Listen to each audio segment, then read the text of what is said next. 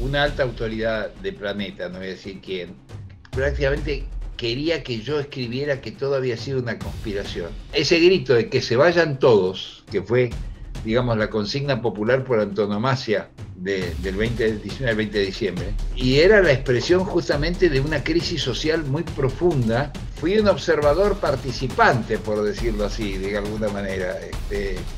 No porque tirara piedras, pero sí porque estuve desde la noche del 19 prácticamente viendo todo. O sea, Kirchner me contó de las conversaciones que él había tenido en el Club San Juan con Chacho Álvarez, diciéndole a Dualde, tenés que ser el presidente. No fui simplemente un cronista, sino que fui un poco alguien que pensó que podía construirse un país distinto, efectivamente, un país más justo a partir de la explosión social.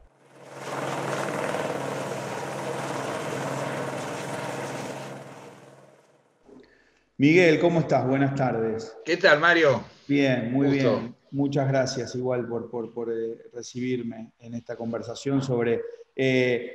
vos sos un gran investigador de un montón de hechos de la historia argentina, políticos, sociales, policiales, además de un gran novelista también, periodista, obviamente, no Gracias. voy a repasar tu legajo, tu currículum, pero el Palacio y la Calle, fundamentalmente, hecho que se están cumpliendo 20 años sobre la crisis de 2001. ¿Qué te motivó? ¿Qué fue lo que te impactó más que nada del hecho como para empezar a trabajar en ese libro? Mirá, fue una conmoción tan profunda porque en un momento determinado había un clima tipo la comuna en Buenos Aires, ¿viste? Es decir, de golpe se producían asambleas en las esquinas, en los barrios, ¿no? Que después se ¿Mm? trasladaron a Parque Centenario. Es decir, participé un poco en los hechos. Fui un observador participante, por decirlo así, de alguna manera. No porque tirara piedras, pero sí porque estuve desde la noche del 19 prácticamente viendo todo lo que pasaba y escribí una crónica en página 12 en aquel momento, diario del cual ahora lamentablemente tengo la pluma prohibida. Tengo la trompada prohibida, los boxeadores, tengo la trompada La pluma prohibida. prohibida. En aquel momento no. Entonces escribí una crónica que se tituló Esa costumbre de matar, porque vi el momento en que herían a quien después fallecería, que sería una de las víctimas de los hechos de diciembre, de los terribles hechos de diciembre que contamos, que era ese hombre que resultó herido en el Congreso, tal vez te acuerdes, en las escalinatas Sí, del Congreso, y que sí. quedó ahí, ¿no es cierto?, durante varias horas, durante mucho tiempo, hasta que lo recogieron y demás. Yo pensé que había muerto en el acto, e incluso escribí que había muerto en páginas, porque no lo sabía. Y una noche recibí una llamada misteriosa, terrible, de alguien que debía ser la mujer. Así me dijo, no ponga que está muerto porque está vivo lo pueden, y eso lo pueden utilizar para rematarlo. Mirá. Estaba internado, gravísimo, y después murió. Murió bastante después, o sea, tuvo una supervivencia muy larga, incluso de meses, si no recuerdo mal. Pero había quedado gravísimamente herido y falleció. Entonces me hizo recordar una escena del Padrino, ¿viste? ¿Te acuerdas de la escena del Padrino cuando el personaje de Michael salva al padre, al padrino, que lo tienen internado, ¿no? Porque han atentado contra él, y va y lo busca, pues se da cuenta que van a venir y se hace pasar por policía, se entreabre el saco, ¿te acuerdas? Así como si Claro. fuera a sacar una pistola con el otro vecino ese que le trae unas flores, ¿te acuerdas? Sí, sí, por supuesto. Bueno, el clima fue por el estilo. Fue un hecho profundamente conmocionante y no es que yo pensara, uy, voy a ser John Reed y voy a escribir los 10 días que conmovieron al mundo, ¿viste? Porque, digo, nadie piensa las cosas así, sino que de una manera casi natural, yo en ese momento estaba publicando bastante mis libros con Planeta, y la gente de Planeta me dijo, ¿por qué no haces la crónica de estos días? Y dije, bueno, me parece bárbaro. Y por suerte, Mario, pude entrevistar a todos los protagonistas. Claro, porque ahí Nadie más se lo- allá más allá del hecho este que relatás de uno de los muertos, de los 40 muertos que hubieron esos días. El libro se mete con otra parte muy interesante, que es conjugar lo que el título le da, el palacio y la calle, o sea, como la política, la economía, la represión. Unir esos elementos que en principio están como en compartimentos estancos, sin embargo el libro los une, y ahí imagino las entrevistas que has tenido, que yo sé de muchos, porque bueno, hemos trabajado juntos en algún material, y esas entrevistas de off the records apasionantes y de... Sí, ha habido off the record y on the record, las On the dos. record, sí. Y bueno, por ejemplo, el Adolfo Rodríguez A. me contó prácticamente su huida de Chapadmalal, ¿no es cierto?, cuando estaba convencido de que podían cargárselo. Claro. Sobre eso era una de las preguntas, porque en general la historia oficial, las versiones oficiales de los mismos actores de esos eventos de Chapadmalal, el final del Congreso de la noche del 28 de diciembre, cuando hay esa irrupción en el interior del Congreso por primera vez en la historia argentina, nunca nadie había entrado por la explanada, le abrieron la puerta, esto que vos referís muy bien en el libro, todo esto que fue producto de algo. Lo que cuentan los actores principales es una versión edulcorada, pero los hechos es que lo querían voltear a Adolfo por el discurso, o sea, había que sacárselo de encima, ¿no? Claro, claro, no, exactamente, había que asegurar, digamos, la sucesión que querían, digamos, que al final no la lograron, porque la sucesión que querían era Duhalde. Y Duhalde queda transitoriamente, pero no queda como el hombre, digamos, de alguna manera. Acá hay una cosa muy impresionante, digamos, que es que una alta autoridad de Planeta, no voy a decir quién, prácticamente quería que yo escribiera que todo había sido una conspiración, solamente. Y el pensamiento de izquierda, a veces un poco ingenuo, era que todo había sido una explosión popular, ¿viste? O sea, yo me inclinaba más al pensamiento ingenuo de izquierda, obviamente, que al pensamiento conspirativo de derecha, por decirlo de manera muy esquemática. Pero me acuerdo de una conversación que tuve con ese alto directivo de Planeta que me decía, pero hace hincapié en la conspiración de Duhalde, ¿no? O sea, y de Rucau, para voltearlo a De la Rúa. Es decir, ¿no? Había como un interés, podríamos decir, de un sector muy claro, muy claramente identificado como, podríamos decir, la derecha peronista, ¿no? Por darle algún... y la otra derecha. La otra derecha no tanto, ¿no? Pero la derecha peronista, digamos, quería sacar a los radicales y que volviera al peronismo, y volviera al peronismo institucional, digamos, no el peronismo más rebelde, digamos, precisamente. Y yo cuando investigué me di cuenta que había habido una conjunción de hechos. Es decir, que sí había existido la conspiración, que había elementos concretos para decir hubo conspiración, pero que obviamente el gobierno de la Rúa había sido tan desastroso, la situación social y política había sido tan crítica, que había habido una explosión popular también. Es decir, que ambos hechos se habían conjuntado en la historia para producir lo que se produjo, ¿no es cierto? Es decir, varios presidentes en la semana, ¿no es cierto? Acordate de Puerta, Rodríguez A, ¿no? Duhalde. Es decir, que todavía, que esa crisis pavorosa que tenía un reflejo institucional, efectivamente era producto de una combinación de factores. Y eso me lo fueron dando también, por supuesto, las entrevistas que hice después en la investigación. Quien habló mucho conmigo de eso y me contó muchas cosas fue Néstor Kirchner, casualmente, digamos. O sea, Kirchner me contó de las conversaciones que él había tenido en el Club San Juan, ¿no? Con Chacho Álvarez, diciéndole a Duhalde, tenés que ser el presidente, cosa que me sorprendió enormemente, decir, ver a Chacho, que teóricamente era la figura del progresismo peronista, diciéndole a Duhalde, vos sos el hombre, ¿no? Ujú. Pero bueno, ese es un textual de Néstor, que puse en el Palacio, obviamente. También en el Fui Palacio. bastante indiscreto, te diré.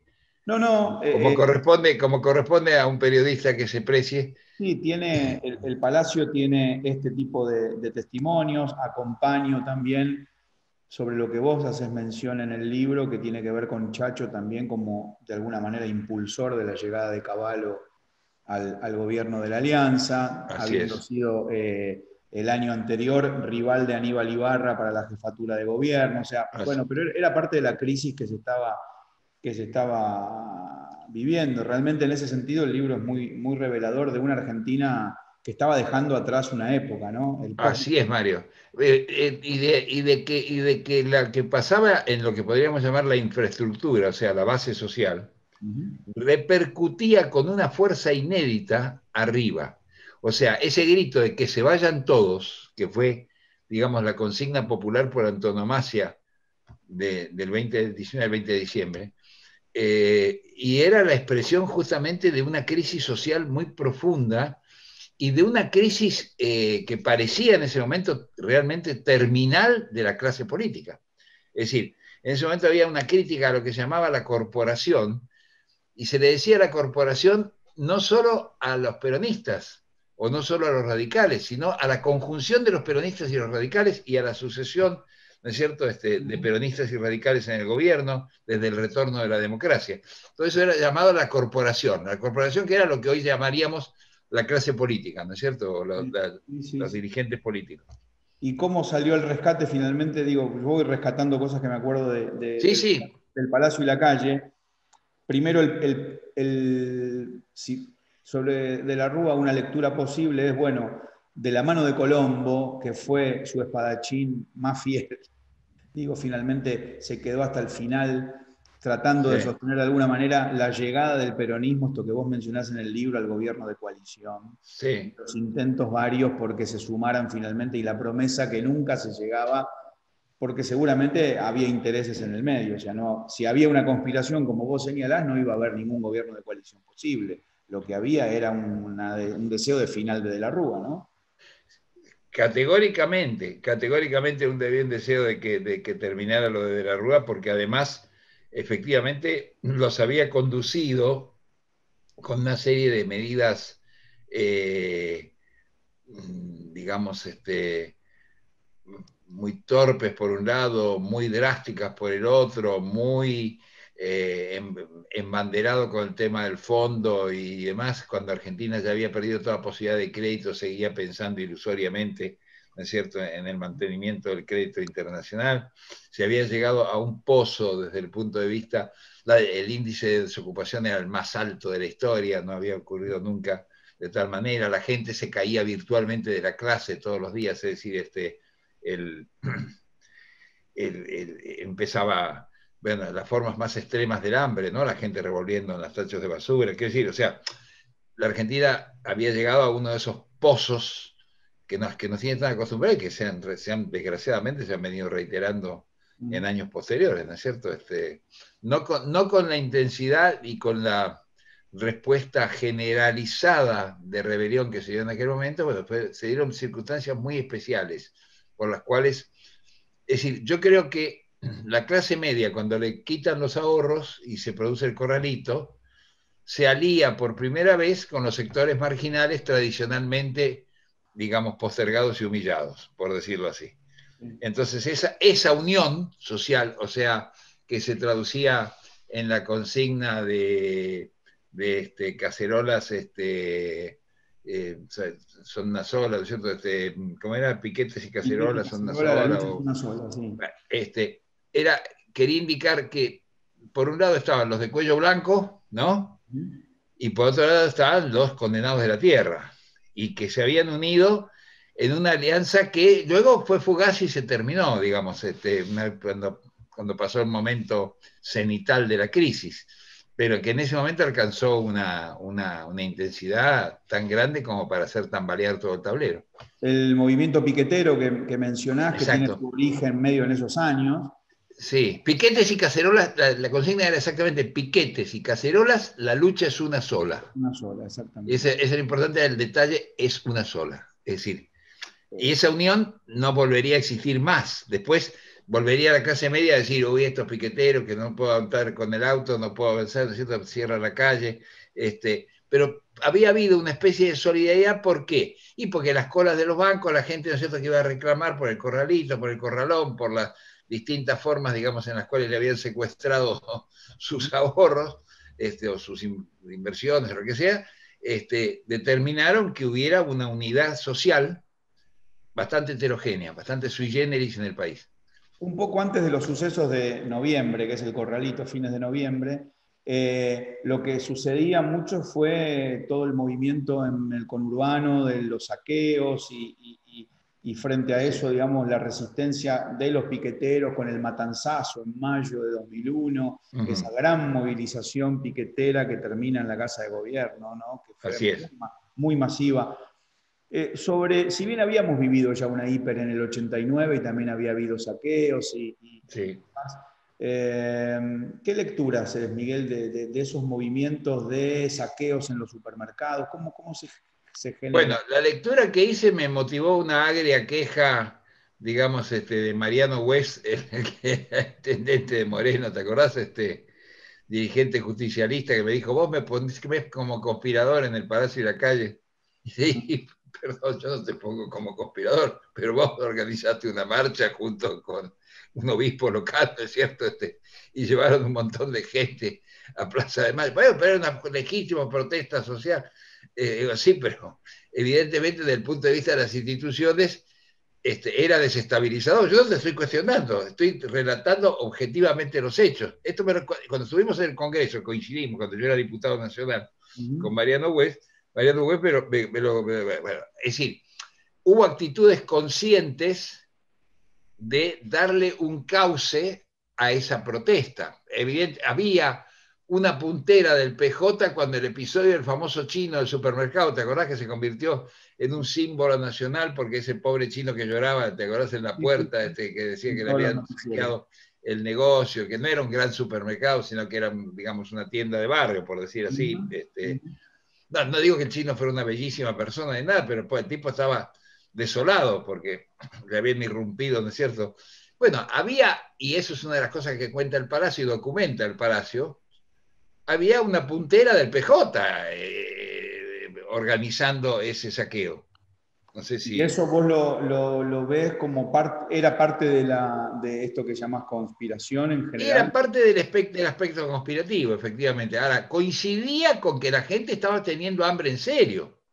Ujú. Este es el problema. Esto no hubiera sido Sí, sí, sí. factible, ni se hubiera podido motorizar a toda la gente que se motorizó simplemente por la conspiración del Partido Justicialista. Es decir, si el Partido Justicialista no hubiera logrado ningún éxito si la gente hubiera estado en la abundancia, en la tranquilidad y en la paz de su hogar.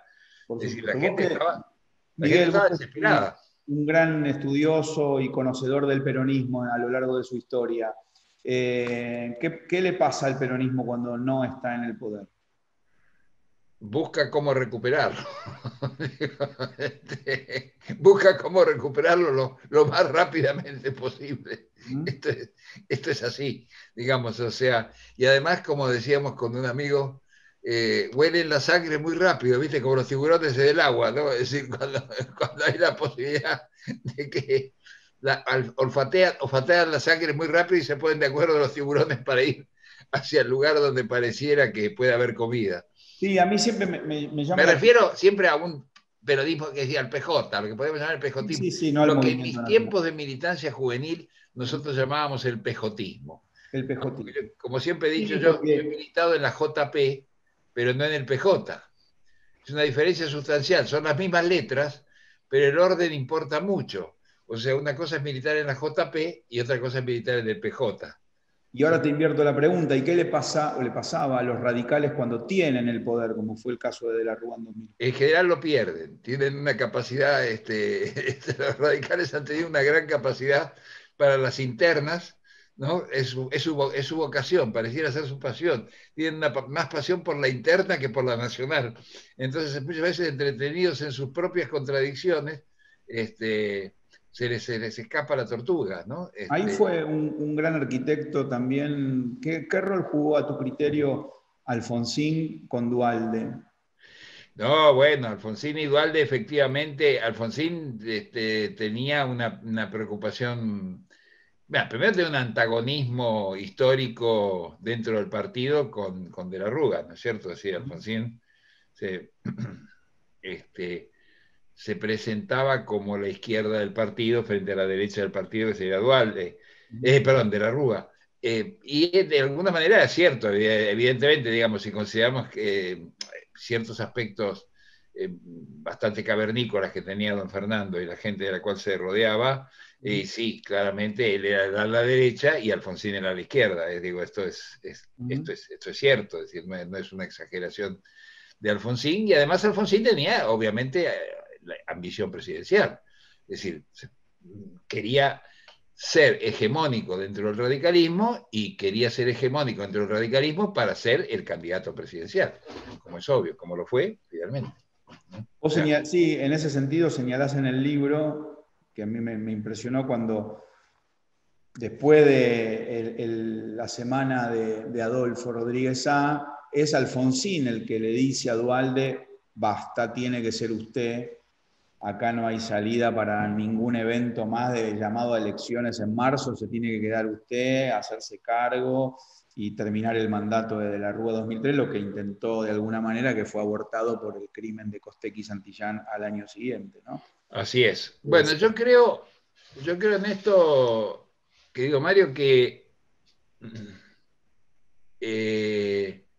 aquí ya, bueno, ya efectivamente cuando ocurren los sucesos, Alfonsín ya había sido presidente, ya había tenido su propio fracaso, ya había tenido, o sea, no es su actuación ahí era para seguir siendo la figura más influyente de la política nacional, y entonces por eso labra el acuerdo con Duhalde, porque ¿qué es lo que advierte Alfonsín con enorme preocupación?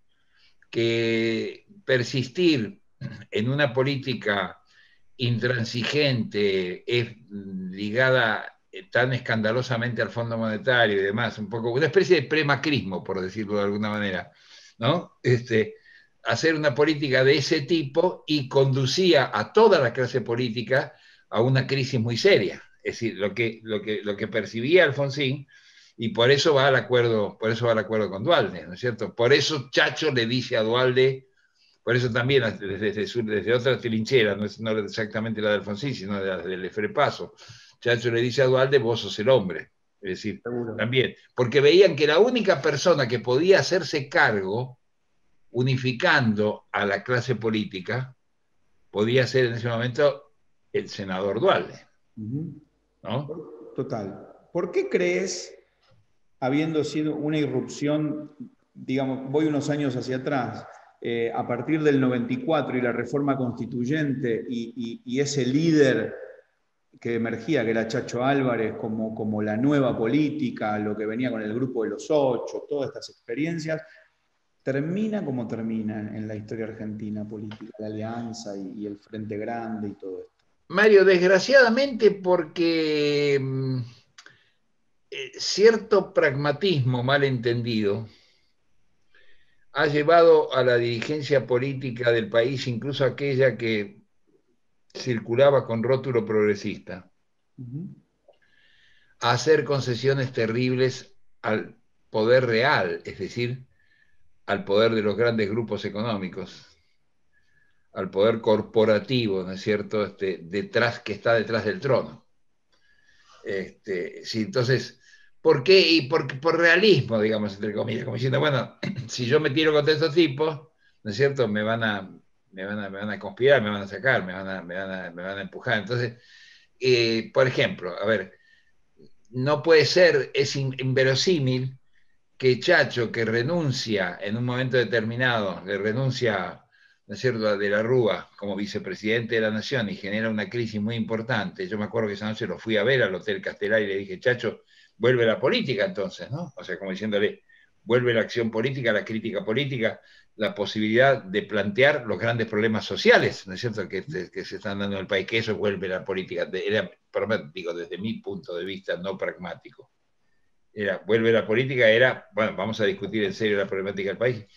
Me dijo que sí, bacana, digamos, o sea, no volvió nada. Es decir, terminó ofreciéndole a De la Rúa decir, bueno, yo voy con usted, vuelvo, digamos, como jefe de gabinete, y Cavallo que venga de ministro de Economía. Si proponía al hombre que justamente había provocado la crisis con el corralito y todo lo demás, o sea, que provocado en todo caso, que había echado nafta sobre el fuego existente, ¿no? Unos cuantos bidones de nafta, que era Domingo Felipe Cavallo, ¿no? Como ministro de Economía, con el corralito, el corralón, todas las cosas que hizo, digamos, estaba proponiéndole nada menos que Cavallo fuera ministro de Economía y que para que él pudiera regresar al gobierno de la Rúa, esto antes de la crisis, esto es antes del estallido, ¿no? Para ubicar Sí. a nuestros espectadores. Sí. Esto es Cuando antes. vuelve Bueno, Cavallo, que es en marzo. ¿eh? Cuando vuelve Cavallo, cuando llega a Claro, bueno, vuelve y provoca el incendio. Entonces, pero era genial porque Chacho Álvarez le estaba proponiendo a De la Rúa como si fuera, digamos, alguien de Hiroshima, un habitante de Hiroshima, que decía, ¿por qué no al tipo que bombardeó no lo ponemos de alcalde, ¿no? No podemos decir al tipo que provocó el bombardeo. Bueno, es decir, ese pragmatismo de Chacho termina con toda posibilidad de ilusión de construir verdaderamente lo que se quiso hacer en su momento con el FREPASO, es decir, una fuerza nueva de carácter progresista que decir, ¿por qué nace el FREPASO? Acordémonos, nace por el grupo crítico de los 8, donde estaba Juan Pablo Cafiero, Darío Alessandro, otros dirigentes, que trataban de rescatar la esencia social del peronismo, sino, digo, de alguna manera, que evitar que el peronismo en todo caso se convirtiera en un adalid de una política neoliberal, ¿no? Eso finalmente germina en el FREPASO, en el frente, Y en la y, alianza luego, ¿no? y en la alianza. Y en la alianza después, y la alianza pone al frente a un hombre que era más conservador, ¿no? Todavía que la derecha peronista, porque tenía una visión todavía más rígida. Y bueno, con las consecuencias es, por supuesto, la explosión de diciembre, ¿no? Eh, de la Rúa, en sus comentarios sobre la crisis de 2001, los que ha hecho públicamente, les echaba un poco de responsabilidad a Duhalde. Se quedaba ahí, yo creo que nunca quiso ir más allá, ni mirar hacia su propio partido, no sé por qué, bueno, digamos, cuestiones de compañerismo. Pero en tus conversaciones con él, Sí. cuando te has reunido con De la Rúa por el libro y demás, ¿qué advertías de este personaje, más allá de, digo, en la intimidad de la conversación? ¿Qué advertías? ¿Qué le pasaba? ¿Qué le... No, él estaba muy resentido justamente con Alfonsín y con todo un sector de su partido, porque pensaba que habían sido concesivos respecto del justicialismo, que habían contribuido, ¿no es cierto?, a la caída, que lo habían dejado solo, por decirlo así, de alguna manera. O sea, él tenía una crítica, es decir, veía directamente una conspiración justicialista y una complicidad de algunos sectores de su propio partido con esa conspiración justicialista. O sea, él se sentía como el incomprendido, ¿no? Al que lo habían dejado solo, no lo habían apoyado, lo habían debilitado frente a la negociación con el exterior, como si él no hubiera estado debilitado de entrada, digamos, al concederle a los deudores, a los acreedores, ¿no es cierto?, todo, y más, todo y más, digamos, o sea, una política totalmente fondo monetarista. Y eso lo achacaba que un poco como que fue empujado, ¿no es cierto?, en esa línea, y que eso lo llevó a la caída. No, pero sí cuestionaba a su propia gente. O sea, él decía que lamentablemente no se podía negociar con el Fondo Monetario Internacional si el Congreso manifiestamente lo dejaba solo al presidente. Bueno, le votaron todas las leyes, le dieron los ¿Eh? superpoderes a Caballo, o sea Pero esa era su argumentación, eso fue lo que me dijo en sus conversaciones conmigo. Estaba como, digamos, resentido cuestionando eso, o sea, como que lo habían dejado solo. Por último, Miguel, el libro documenta como ningún otro, y no es por adularte, más allá de que sabes mi mirada sobre el libro y sobre tu trabajo en general, todo lo que hace el 19 y 20 de diciembre con los documentos de la policía, con los legajos, con la presencia de la jueza Servini de Cubría en los lugares, con lo de Santos, lo de Matov, las órdenes sobre la represión, a eso quería apuntar. Tu propio, ya lo contaste al principio, que fuiste a la plaza, pero ¿qué percibías en ese momento, el 19 y 20, cuando veías la masacre de la Plaza de Mayo con 40 muertos en la capital? Bueno, en primer lugar, una gran indignación, o sea, digamos, yo me acuerdo que esa noche para mí empezó cuando fuimos a protestar a lo de Cavallo, que había, viste, miles de personas abajo de lo de Cavallo en la Avenida Libertador, en el El edificio 19 de diciembre, en donde Ocampo y vivía Libertad. Cavallo, exacto. Y después seguimos una peregrinación por toda la ciudad y fuimos viendo a medida que caminábamos y movíamos, veíamos fogatas en las esquinas, la gente gritando que se vayan todos, etcétera.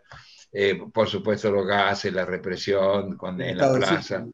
en fin, lo de siempre, ¿no? La policía. Yo tenía mucha bronca, una enorme bronca, y al mismo tiempo una esperanza, casi te diría, ingenua. Yo participé de la asamblea de mi barrio, por supuesto, y participé de todas las reuniones de las asambleas que se hicieron en el Parque Lezama. Es decir, que no fui simplemente un cronista, sino que fui un poco alguien que pensó que podía construirse un país distinto, efectivamente, un país más justo a partir de la explosión social. Es decir, que podía...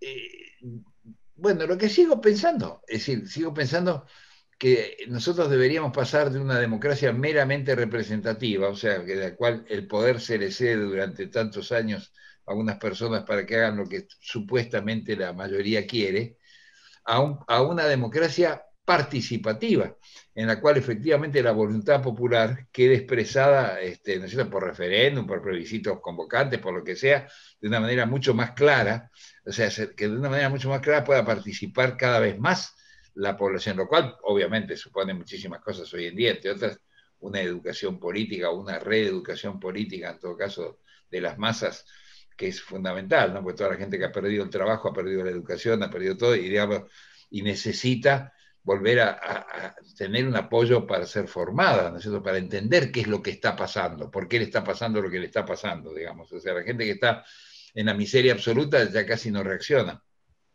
En aquel momento era distinto, no había, curiosamente, el tejido social no estaba tan deteriorado como hoy, porque la gente se acababa de caer de la clase. Mucha gente que había pertenecido a la clase media como producto de cierto del modelo neoliberal estricto, así ortodoxo y demás, aplicado primero por Carlos Saúl Méndez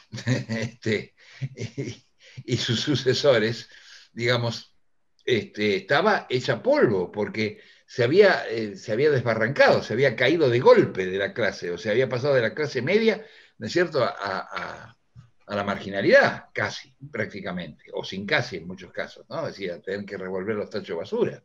Entonces, digo, y hoy ya se ha hecho como una costumbre de que mucho más de, se habló del tercio mucho tiempo, ya estamos mucho más del tercio de la pobreza, desgraciadamente en la Argentina. Muchas gracias por esta charla.